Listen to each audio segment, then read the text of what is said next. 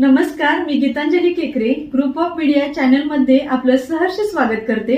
पाहूयात आजची एक महत्त्वाची बातमी। त्रिपिटक या धम्मग्रंथातून बाबासाहेबांनी समतेचा विचार सर्व समाजाला दिला। प्राध्यापक डॉक्टर आनंद गिरी।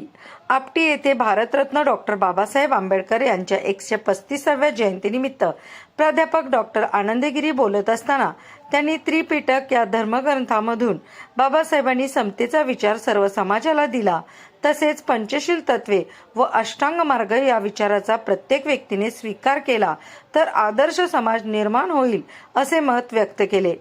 युवा नेते आशिष पाटील तसेच पंचायत समिती सदस्या सौ मनीषा विश्वासराव पाटील यांनीही मनोगत व्यक्त केली। या कार्यक्रमाचे प्रास्ताविक व धम्मवंदना शरद कांबळे यांनी केले।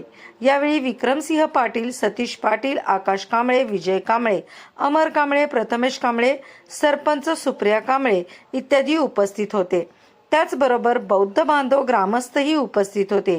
या कार्यक्रमाचे सूत्रसंचालन शरद कांबळे यांनी केले तर आभार प्रदर्शन सामाजिक कार्यकर्ते अशोक कांबळे यांनी केले।